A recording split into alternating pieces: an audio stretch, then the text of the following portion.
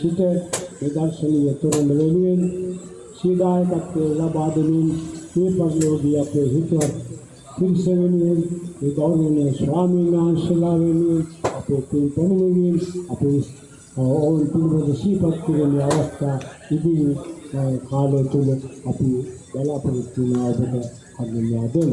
ඒ නිසා අපිට සුළු මොහොතකින් මේ දර්ශනීය මාවස තොරණ ඒ විස්තරයට සවන් දෙන්න.